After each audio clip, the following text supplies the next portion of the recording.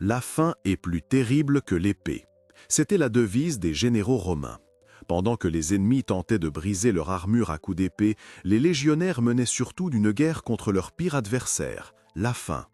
Si l'historien Végès écrivait que les armées sont plus souvent détruites par le manque de vivres que par le fer de l'ennemi, ce n'est pas pour rien.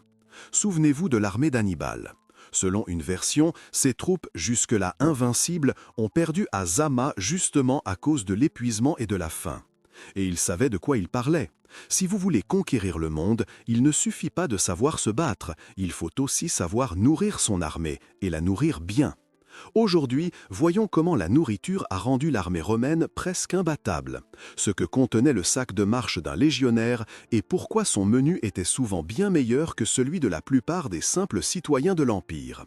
Nous découvrirons comment les Romains ont construit un véritable réseau logistique pour nourrir leurs troupes et pourquoi ils buvaient de l'eau au vinaigre. Sortez vos marmites de bronze, on commence. Les Romains comprenaient parfaitement que même la meilleure armée du monde perdrait si elle avait le ventre vide. Les théoriciens militaires comme Végès disaient clairement que l'armée succombe plus souvent au manque de vivres qu'au combat. Dès que l'Empire romain a commencé à étendre ses frontières, il a donc mis en place l'un des systèmes de ravitaillement les plus efficaces de l'Antiquité. Chaque campagne, chaque conquête s'accompagnait d'une logistique complexe. Dans les territoires conquis, les habitants étaient tenus de fournir des vivres aux légionnaires à des prix fixés, ce qui les menait souvent à la ruine, voire à la révolte. Mais Rome ne lésinait pas sur les moyens pour son armée. C'était un investissement dans sa future puissance. Les troupes disposaient de leurs propres greniers, pâturages et même de petites fermes pour se fournir en vivres. Et derrière les légions marchait une armée de fournisseurs privés qui apportaient de tout, du grain au vin. Quel est le personnage principal de cette histoire? Imaginons-le. C'est un gars ordinaire qui s'est engagé à 17 ans et qui, à 20 ans, est déjà une véritable machine à conquérir. Environ 1,70 m, 66 kg, mais derrière ces chiffres modestes se cache un soldat incroyablement endurant et musclé. Sa vie ne se résume pas à des charges héroïques comme au cinéma, mais à un travail exténuant. Des marches quotidiennes de 15 km avec 30 kg sur le dos, creusement de fossés, construction de camps, entraînement. Tout cela consomme une quantité énorme d'énergie. À la fin de la journée, ce sportif est vidé et son corps réclame du carburant. C'est là qu'entre en scène le principal allié du légionnaire, la nourriture. Le commandement romain savait que seul un bon régime pouvait rendre un soldat invincible et fit du ravitaillement un véritable art. Imaginez un légionnaire qui se prépare à la marche. Son sac, le sarcina, n'est pas un simple baluchon, mais une véritable maison portative de 30 kg. Et bien sûr, la plus grosse part de cette maison est la nourriture. Les Romains ont été parmi les premiers à imaginer un système de rationnement collectif centralisé pour leur armée, et rien n'y était laissé au hasard. La logistique était réglée de façon à ce que chaque soldat puisse manger, même loin de toute grande ville. La base du régime, c'était le grain, jusqu'à 70% de l'apport calorique. Et le grain de référence distribué était le blé. Chaque soldat recevait environ 1 kg par jour. C'était si important que l'orge passait pour nourriture de bétail et l'on punissait parfois les unités fautives en les nourrissant d'orge. Ce n'est qu'en cas d'extrême nécessité, lorsque le blé manquait, qu'on se rabattait dessus. Le plus étonnant, ce sont les soldats eux-mêmes qui moudraient leur grain et faisaient leur pain. Chaque groupe de 8 hommes, le contubernium, possédait ses propres meules à main et ses marmites. À partir d'une farine grossière, ils pétrissaient la pâte, la laissaient lever, puis faisaient cuire des galettes rondes sur une pierre chaude ou dans un pot. On coupait ensuite le pain en 8 parts, mangées avec un filet d'huile d'olive. On préparait aussi une bouillie épaisse, le pulse, et des biscuits secs, le bucellatum, parfaits pour les longues marches et qui se conservaient des mois. Et oui, les soldats payaient leurs vivres sur leur solde. Comme l'écrit Tacite, même les prétoriens, la garde personnelle de l'empereur, payaient leur pain. Dans les légions, ce n'était pas différent. Penser que les légionnaires mangeaient rarement de la viande est une erreur. Les fouilles archéologiques, notamment les amas d'ossements trouvés dans les camps, montrent que la viande représentait une part importante du régime, surtout à l'époque impériale. Il existait même dans l'armée des postes particuliers, chasseurs et bouchers. On consommait le plus souvent du bœuf, les restes de gros bétail sont les plus fréquents, et du porc. Le porc arrivait sous forme de saucisses, de jambon, de lard. Les viandes salées et fumées étaient très appréciées car elles se conservaient longtemps, élément indispensable du paquetage de campagne. On mangeait aussi du mouton, du gibier, cerf, lièvre et, dans les cas extrêmes, la viande des bêtes de batte. La viande était bouillie, rôtie à la broche ou mijotée en ragoût, par exemple dans un pulse enrichi. Le lard était une source idéale d'énergie, il se gardait bien et convenait parfaitement aux longues expéditions. Pour compléter les apports en protéines, les légionnaires consommaient beaucoup de légumineuses, pois, lentilles, fèves, qui étaient la base protéique de l'armée. Ils mangeaient aussi des légumes, choux, oignons, ail, betteraves, navets, carottes et des herbes, céleri, laitue, rue. Tout cela s'achetait sur les marchés locaux ou était simplement réquisitionné auprès des populations des territoires conquis. Une anecdote célèbre concerne l'ail. L'empereur Vespasien, connu pour sa simplicité, aurait rabroué un aristocrate trop parfumé en lui lançant qu'un soldat ferait mieux de sentir l'ail.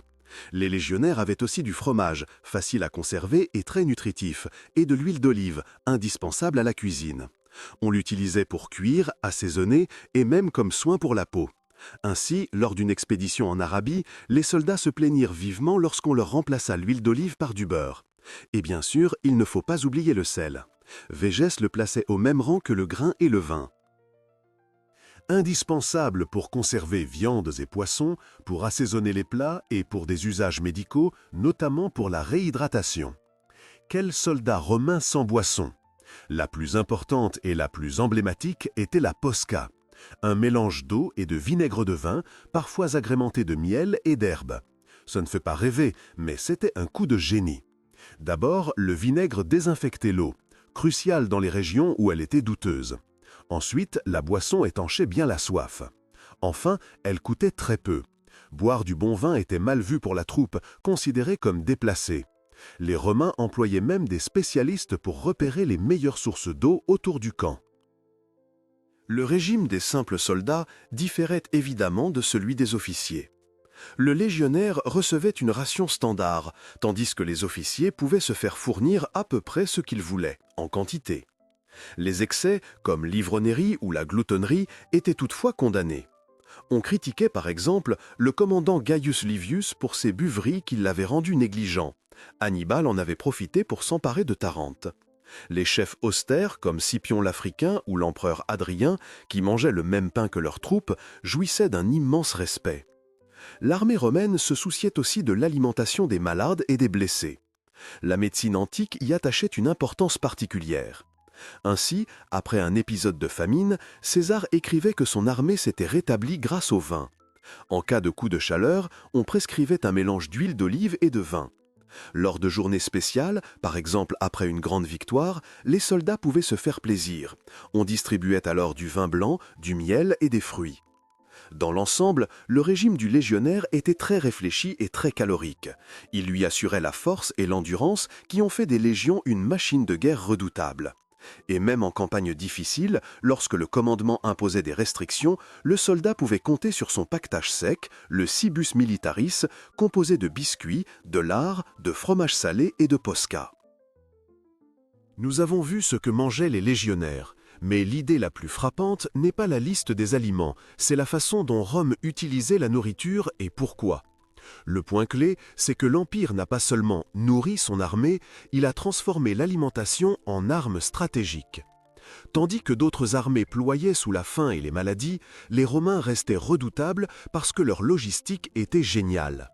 Le système de ravitaillement, combinant prélèvements sur les populations locales, fermes militaires et fournisseurs privés, était un véritable prodige du monde antique. Il permettait de mener des guerres loin de la mère patrie sans craindre que l'armée se disloque faute de vivres. Mais ce n'est pas tout.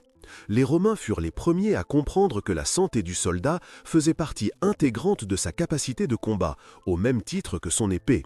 Leur diète visait la prévention des maladies autant que la satiété. Et c'est justement cette vision à long terme qui a rendu leurs troupes si endurantes et efficaces. Résultat, l'armée romaine était non seulement la plus disciplinée, mais aussi l'une des plus robustes et résistantes de l'Antiquité.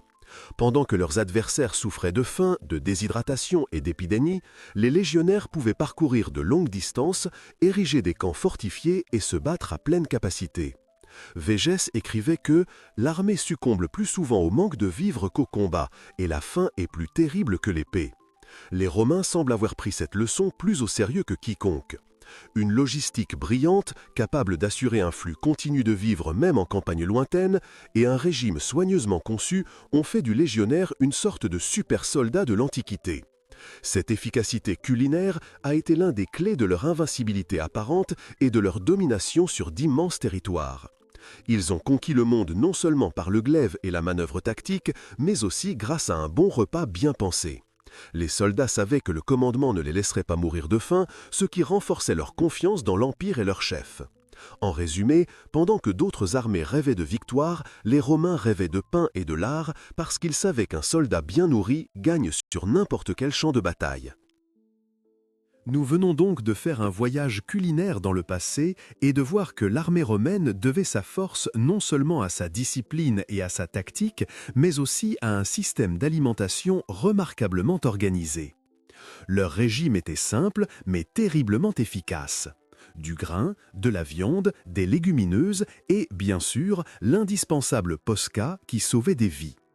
Tout cela donnait aux légionnaires l'endurance et la puissance qui ont fait d'eux la force militaire la plus redoutable de l'Antiquité. Si ce voyage culinaire dans le passé vous a plu, mettez un like à cette vidéo et abonnez-vous à la chaîne pour découvrir d'autres histoires étonnantes. Et maintenant, question aux vrais gourmets de l'histoire, parmi les plats des légionnaires, lequel oseriez-vous goûter ? Le pain de farine grossière, la soupe épaisse cuite au feu de bois ou la fameuse posca vinaigrée ? Dites-le dans les commentaires.